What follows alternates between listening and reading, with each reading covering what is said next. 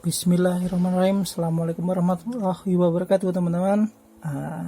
Jumpa lagi di video pertama kami di channelnya Kalila Muslim Media, Crosser Mukena Jogja.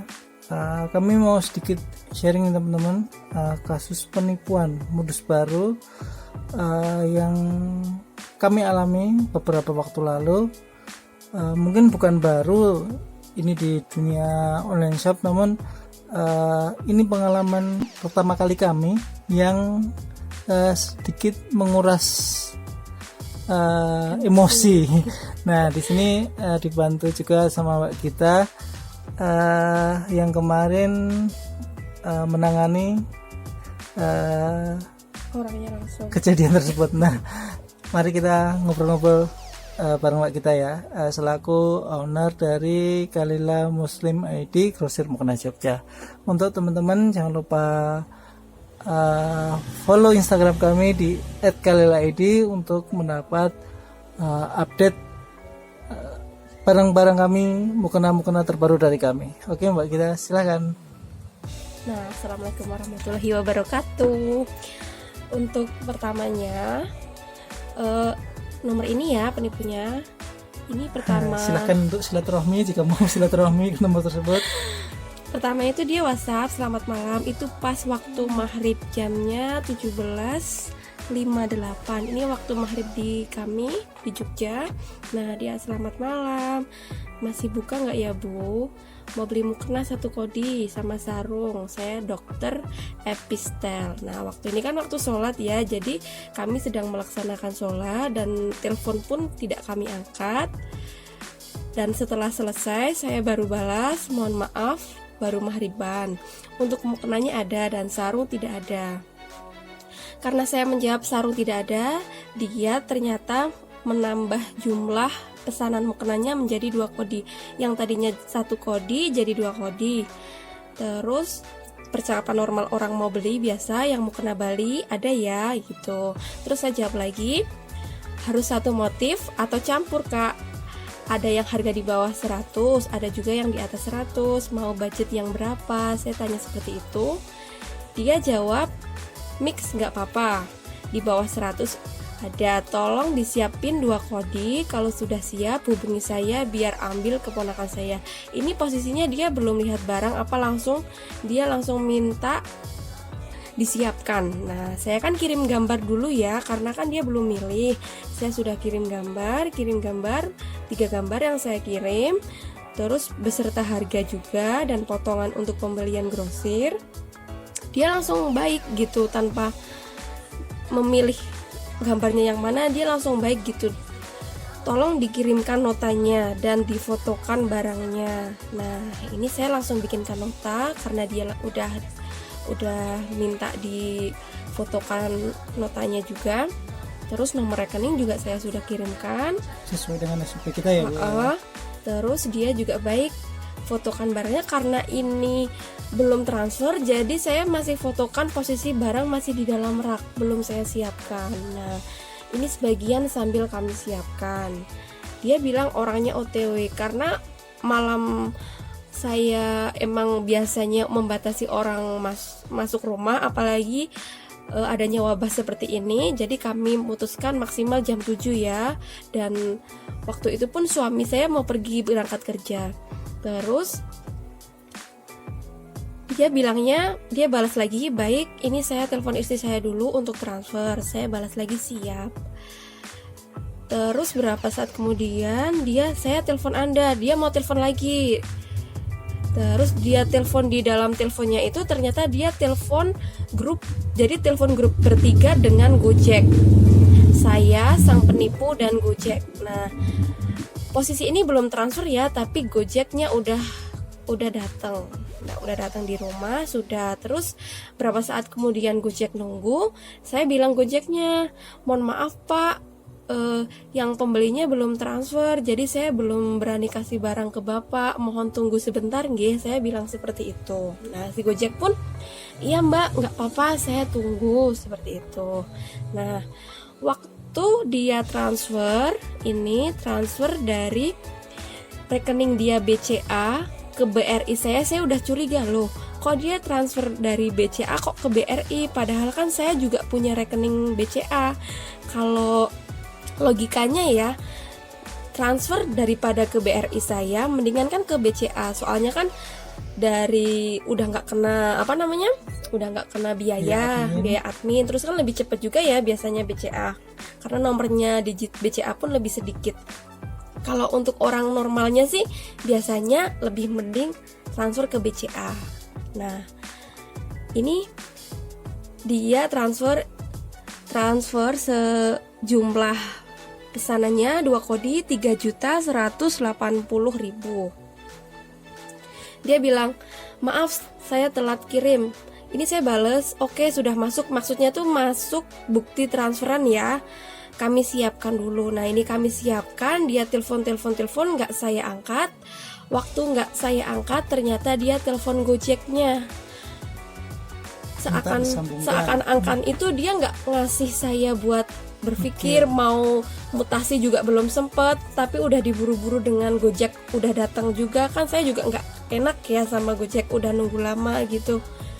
Dia telepon Gojeknya minta disambungan ke saya, Mbak ini yang beli mau bicara sama Mbak. Nah di percakapan melalui telepon Gojeknya, melalui HP Gojeknya, itu sang pembeli ngomong, Mbak ternyata kebutuhannya cuma 30 itu 1 kodi setengah mukena. Nah dia minta cancel 10 mukena, minta dibalikin cash, dititipin ke Gojeknya. Nah ini saya mulai curiga lagi, kok dia minta dibalikin cash ya. Nah pada saat itu saya untuk berinisiatif mutasi. Biasanya tuh saya jarang banget mutasi ke BRI, karena setelah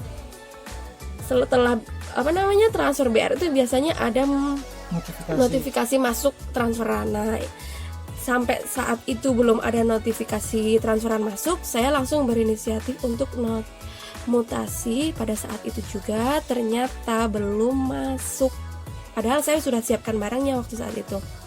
Nah dia balas lagi nih, baik semoga kedepannya bisa jadi langganan ya Bu. Nah, seolah-olah kayak membeli pada umumnya lah. Nah pada percakapan itu pun dia telepon lagi nggak saya angkat, terus dia tuh bilangnya ini untuk sedekah pondok untuk yatim piatu santunan pada waktu itu. Dan titiknya tuh dekat banget sama kita, jadi sekitar nggak ada 5 kilo, jadi kita sendiri ini nggak Bu ya, nggak curiga karena deket. ongkos gosen pun cuma 11.000 kan, berarti deket banget tuh.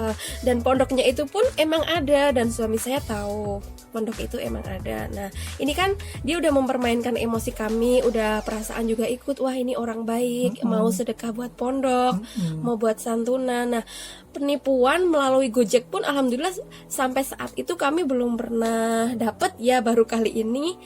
Ternyata kami tanya Pak Gojeknya waktu itu, Pak ini titiknya mana? Titiknya di situ ya, benar di pondok. Terus aduh Pak ini transferannya belum masuk ya Pak, gimana ya?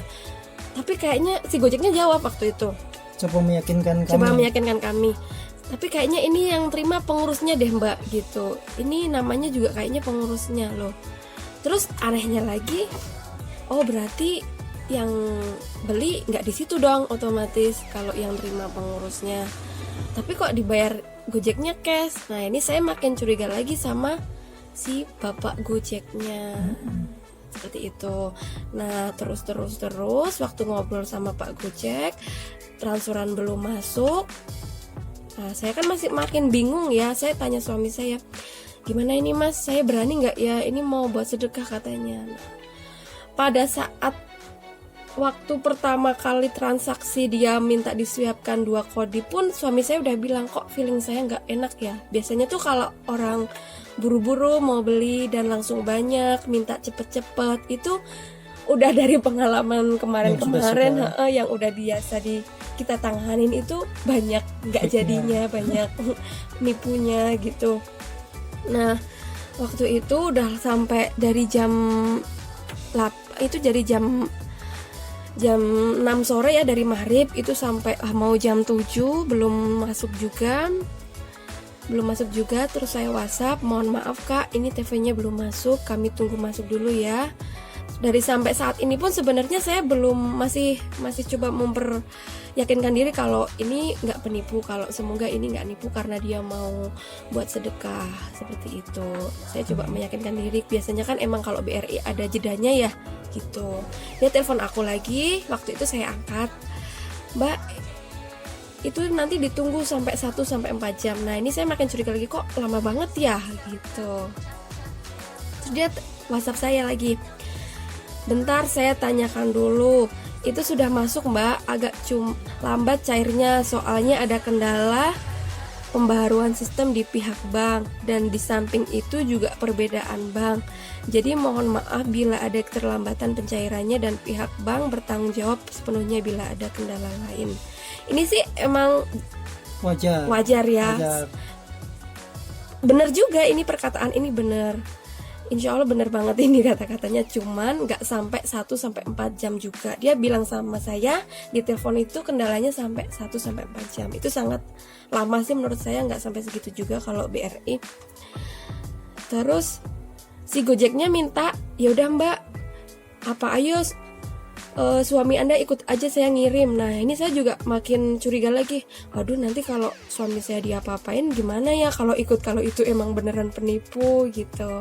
Nah terus saya belum berani. Terus ini juga bales, kami tunggu dulu ya tuh. Dia ngeyel, Terus mencoba meyakinkan kami meyakinkan juga. Terus WhatsApp lagi, telepon juga sampai jam terakhir, sampai mau jam 9. mencoba meyakinkan kami Ya ini 8:30 telepon lagi. dan tetap transferannya belum Masuk. masuk. Dan sampai akhirnya ke bawah. Udah ini, terus terakhir ini udah mau jam 9, jam 8.40. Mohon maaf belum masuk, boleh fotokan mutasi kalau saldo sudah ada pengurangan. Saya seperti itu, dia bilang sudah. Mungkin ini dia udah mikir, ini mbaknya udah nggak mau ngasih gitu ya kali, jadi dia udah nggak baca lagi chatan saya. Dan untuk info aja, sekarang itu ini sudah hari Jumat, tanggal 6. Waktu itu kejadiannya tanggal 6 dan belum kita up karena kita buktikan dulu.